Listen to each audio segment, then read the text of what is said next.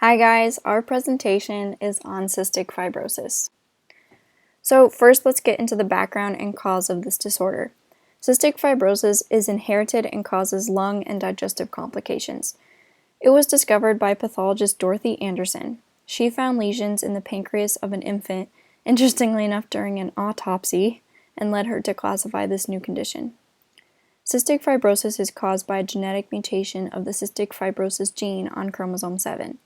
Usually, specific cells in the body produce and secrete sweat, mucus, and digestive juices, like we've learned in class. These are relatively thin and slippery, but because of this defect in the CFTR gene, the cells secrete thick, sticky mucus and leads to blockages in important passageways. It was known solely as a pediatric disease, but because of the increased lifespans, it is not anymore. The signs and symptoms include trouble breathing when exercising, lung infections, heavy cough with thick mucus, and a salty secretion of the skin. In the digestive system, signs include difficulty gaining weight and bowel blockages coupled with chronic constipation.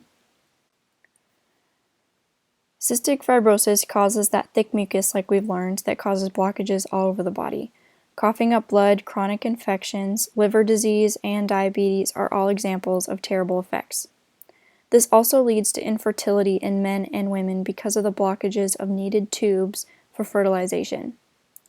Dealing with a chronic disease can also lead to depression and anxiety, something that's more hidden and not talked about as much, but really damaging.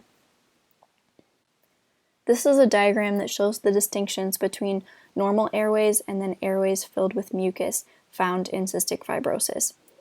Lungs are just so important for the overall health in the body, so anytime there is a blockage or infection found with cystic fibrosis, it leads to terrible complications in the whole body, not just the lungs. There are treatments for cystic fibrosis, and they include antibiotics and lung physical therapy. Drinking lots of water can help with mucus buildup, and exercise. Exercise is great for any disorder and great just in general, but in cystic fibrosis specifically, it can help free up the airways and loosen the mucus of the lungs. The average lifespan is 37 years for people with cystic fibrosis, but this has increased up to 50 years, and I think it can continue to grow just because of the advancements in technology and the medical field.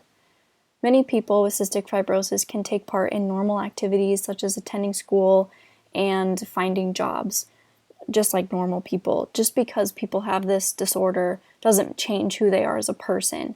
They just have to take extra precautions. Unfortunately, however, it does lead to an early death, and this is most commonly caused by lung failure or other respiratory complications due to that buildup of mucus in the airways. So thank you so much for listening, and I hope this just brought a new perspective of people with cystic fibrosis and the disease.